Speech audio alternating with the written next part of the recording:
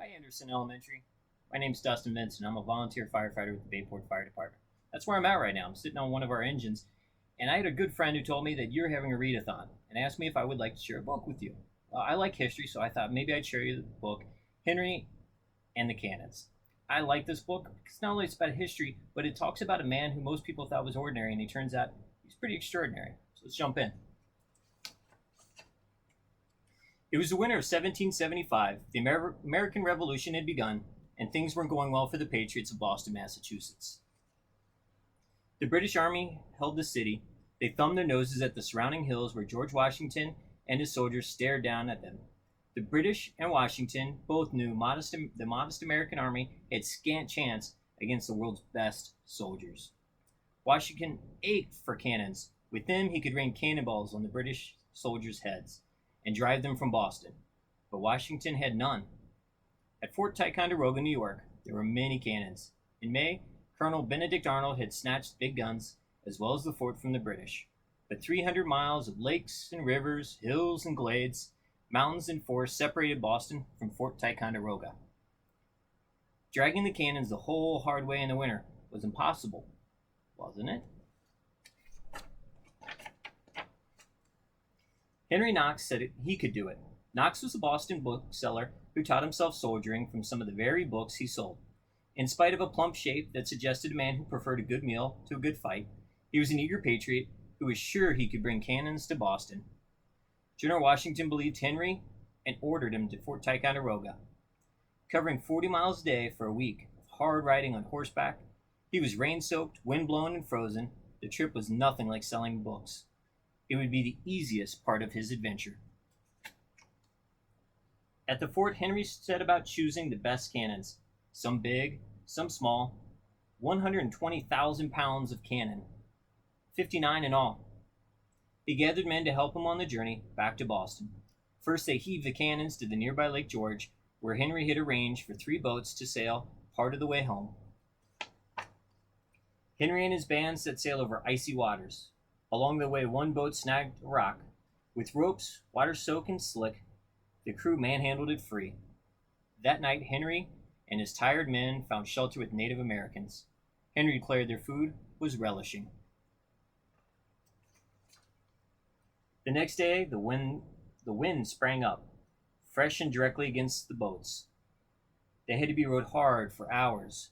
Muscles and breath burned. Wind-driven waves washed over the boats, sinking one. Wet and cold, Henry's troops refloated it. After 10 days and almost 40 miles in the water, they reached the end of the lake. Henry loaded the cannons onto 42 sleds provided by local patriots.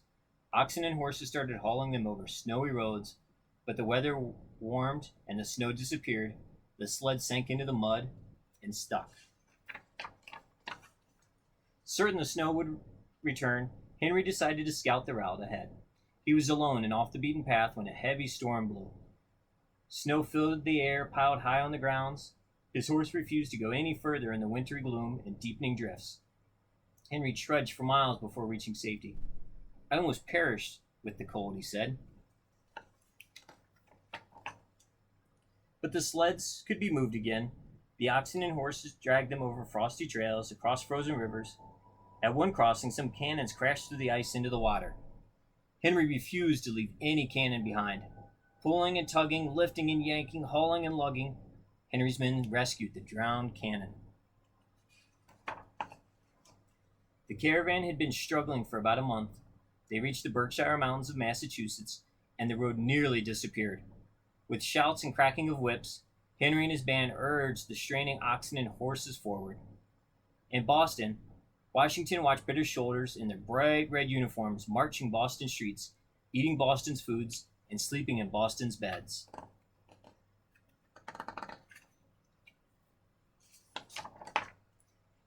Using poles, ropes, and chains, Henry's men wrestled the cannons over the sheerest cliffs and down the steepest heights. Snow swam around their boots, and cold chilled their hands and faces, but no one quit. On and on Henry and his men trudged. Eventually, dizzying heights became steep slopes, then gentle hills, then a regular road, and towns appeared again. Many of the townspeople had never seen a cannon. In Westfield, Massachusetts, Henry fired a big gun and thrilled everyone.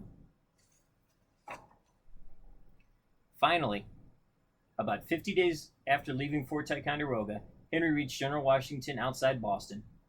Not a single cannon had been lost.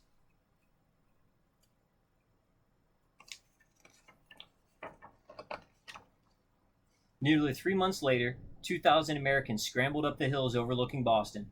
In the dark of night, with 300 ox carts and wagons, they hauled wood and barrels to make a fortress for Knox's cannons. They finished by dawn, the daylight revealing a nasty surprise for the British.